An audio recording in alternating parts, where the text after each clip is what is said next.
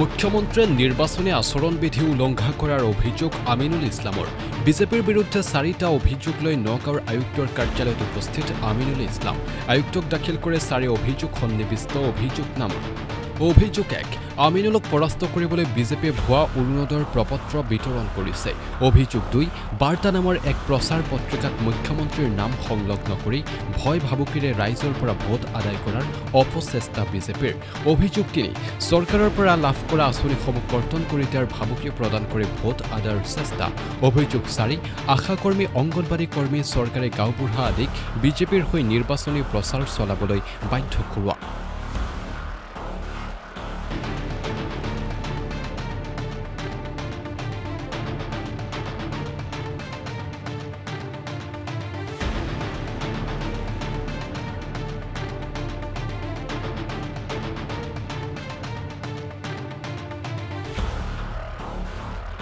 আজি মই নগাঁও জিলা উপায়ুক্তৰ কাৰ্যালয়ত আহি পেলাই মই এটা কমপ্লেইন দিলোঁ আৰু যেহেতু তেখেত আমাৰ নগাঁও লোকসভা সমষ্টিৰ ৰিটাৰ্ণিং অফিচাৰৰ দায়িত্বত আছে, গতিকে আজি মই যিটো অভিযোগ দাখিল কৰিলোঁ সেই অভিযোগত বিজেপি দলে নগাঁও লোকসভা সমষ্টিত মোক পৰাস্ত কৰিবলৈ যিকেইটা ষড়যন্ত্ৰ কৰি আছে সেইকেইটা মই লিখিতভাৱে অভিযোগ দিছোঁ। তাতে প্ৰথম অভিযোগটো হ'ল যে বিজেপি দলে তেওঁলোকে ভুৱা অৰুণোদয়ৰ ফৰ্ম বিতৰণ কৰি আছে। মাইকী মানুহ বিশেষকৈ মহিলাসকলক মাতি লৈ তেওঁলোকক এটা ফৰ্ম ফিল আপ কৰাই আছে আৰু কৈছে যে এই ফৰ্মটো আপোনালোকে আমাক জমা দি দিয়ক, বিজেপিত ভোটটো দি দিব, লগে লগে আপোনালোকে টকা পাই যাব। আৰু সেই টকাটো তেওঁলোকে কৈছে ইমান দিনে আপোনালোকে 1250কৈ পাইছিলে, এতিয়া 10,000 15,000 পাব। গতিকে এই যে ভুৱা ফৰ্ম, এইটো অৰুণোদয়ৰ ফৰ্ম নহয়, ওপৰত পদুম ফুলৰ ছবি থকা এটা ফৰ্ম বিতৰণ কৰি এনেকৈ মহিলাসকলক তেওঁলোকে বিভ্ৰান্ত কৰি আছে। আৰু সেই যে তেওঁলোকে এনেকৈ বুজাই আছে, ইয়াৰ ভিডিঅ' কৰি পেলাই ভিডিঅ'টো আমি ৰিটাৰ্ণিং অফিচাৰৰ মোবাইলত মই আজি দিছোঁ যে তেওঁলোকে কি কি কথা কৈ আছে, কেনেকৈ বুজাই আছে। আৰু ইতিমধ্যে উপায়ুক্ত মহোদয়ে কৈছে যে মই ভিডিঅ'টো পাইছোঁ আৰু আমি তদন্ত কৰিবলৈ দিছোঁ। এইটো আমি তদন্ত কৰি যিসকলে এনেকৈ মানে ভোট কিনাৰ স্বাৰ্থত মহিলাসকলক বিভ্ৰান্ত কৰি ভুৱা অৰুণোদয় ফৰ্ম বিতৰণ কৰিছে, আমি একশ্যন ল'ম বুলি ডিচিয়ে কৈছে। আৰু দ্বিতীয় অভিযোগটো আমাৰ হ'ল যে তেওঁলোকে এটা প্ৰচাৰ পত্ৰিকা বাৰ্তা নামেৰে এটা লিফলেট প্ৰচাৰ কৰি আছে, তাৰ তলত হিমন্ত বিশ্ব শৰ্মাৰ চহী আছে। আৰু ইয়াত মুখ্যমন্ত্ৰী বুলি লিখা নাই, হিমন্ত বিশ্ব শৰ্মা বুলি লিখি চহী কৰা আছে।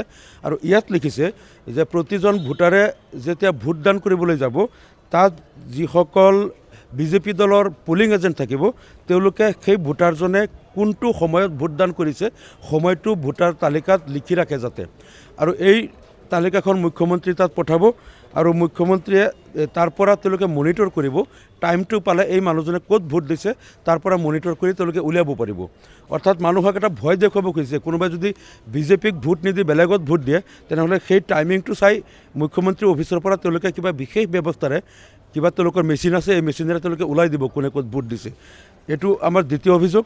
আৰু তৃতীয় অভিযোগটো হ'ল যে তেওঁলোকে যিসকলে PMAYG বা IAY ঘৰ পাইছিল চৰকাৰী, বা যিসকলে অৰুণোদয় আঁচনি পাইছিল, বা যিসকলে PM কিষাণ বা ৰেচন কাৰ্ড পাইছিল, তেওঁলোকক ভাবুকি দি আছে যদি তেওঁলোকে বিজেপিক ভোট নিদিয়ে তেনেহ'লে তেওঁলোকৰ ঘৰ ভাঙি দিয়া হ'ব, ৰেচন কাৰ্ড কাটি দিয়া হ'ব, অৰুণোদয় আঁচনিৰ ফৰ্ম তেওঁলোকৰ অৰুণোদয় আঁচনি কাটি দিয়া হ'ব, লগতে তেওঁলোকৰ আৰু যদি কিবা চৰকাৰী সুবিধা পাইছিল সকলোবিলাক কৰ্তন কৰা হ'ব। গতিকে বিজেপিক ভোট দিব লাগিব, এইটো তেওঁলোকে এটা ভয় দেখুৱাই আছে। 4 নম্বৰ, তেওঁলোক আমাৰ অভিযোগটো হ'ল যে তেওঁলোকে গাঁওবুঢ়া, আশাকৰ্মী, অংগনবাদী কৰ্মী, অংগনবাদী ছুপাৰভাইজাৰ, স্বাস্থ্যকৰ্মী, তেওঁলোকক মাতি আনি পেলাই তেওঁলোকৰ অফিচাৰক দি মাতি আনি এক জেগাত সমবেত কৰিছে আৰু তেওঁলোকক বিজেপিৰ হকে প্ৰচাৰ চলাবলৈ বাধ্য কৰিছে। চৰকাৰী মেচিনাৰীক বা চৰকাৰী কৰ্মচাৰীসকলক যে আমাৰ চৰকাৰ, তোমালোক চৰকাৰী কৰ্মচাৰী, গতিকে আমাৰ সেই কাম কৰা। সেই আশাকৰ্মী, অংগনবাদী কৰ্মী, স্বাস্থ্যকৰ্মী তেওঁলোকক দি মানুহক মতাই তেওঁলোকক ভোটাৰ কেনভাছ কৰাই আছে। এইটো এটা মডেল কোড অফ কণ্ডাক্টৰ ভায়োলেশ্যন।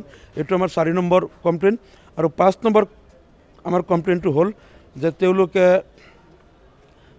ভোটাৰক কৈ আছে যে তেওঁলোকে ভোটদান কৰোঁতে মোবাইলত ভিডিঅ' কৰিব লাগিব। ভোটটো তেওঁলোকে ক'ত দিছে, যদি বিজেপিত ভোট দিয়াৰ লগে লগে তেওঁলোকে ফটো বা ভিডিঅ' কৰিব লাগিব ভোটটো তেওঁলোকে বিজেপিত দিছে বুলি। তাৰপিছত তেওঁলোকৰ যে প্ৰভাৰী বা তেওঁলোকৰ পৃষ্ঠা প্ৰমুখ আছে তেওঁলোকক পঠাব লাগিব এইটো। গতিকে এইটো আৰু মডেল কোড অফ কণ্ডাক্টৰ ভায়োলেশ্যন। কোনোবাই ভোটটো গোপনে দিয়ে, কোনে ক'ত দিছে এইটো ভিডিঅ' কৰিবলৈ কোৱা বা এনেকৈ ফটো মাৰিবলৈ কোৱা, এইটো আমি ভাবোঁ যে আদৰ্শ আচৰণবিধিৰ পৰিপন্থী। গতিকে এই 5টা কাম বিজেপিয়ে কৰি আছে নগাঁও লোকসভা সমষ্টিত, যিখিনি model code of conduct violate কৰি তেওঁলোকে কৰি আছে। গতিকে আজি ৰিটাৰ্ণিং অফিচাৰক মই আনুষ্ঠানিকভাৱে কমপ্লেইন দিলোঁ, আৰু যিটো বাৰ্তা তেওঁলোকে ইতিমধ্যে প্ৰচাৰ কৰি আছে সেইটোৰ কপিও দিছোঁ। আৰু তেওঁলোকে অৰুণোদয় ফৰ্মৰ নামত যে মহিলাসকলক গোটাই লৈ তেওঁলোকে ভোট দিলে তেওঁলোকে 12,000 15,000 টকা পাব, এইবিলাক যে প্ৰচাৰ কৰি আছে তাৰ ভিডিঅ'টোও দিছোঁ। এতিয়া আমি আশা কৰিছোঁ যে ৰিটাৰ্ণিং অফিচাৰে তেওঁলোকে চমুটো একশ্যন লৈ পেলাই এই যিখিনি তেওঁলোকে আদৰ্শ আচৰণবিধি উলংঘা কৰি আছে তাৰ বিৰুদ্ধে একশ্যন ল'ব লাগে, এইটো আমি দাবী জনাইছোঁ।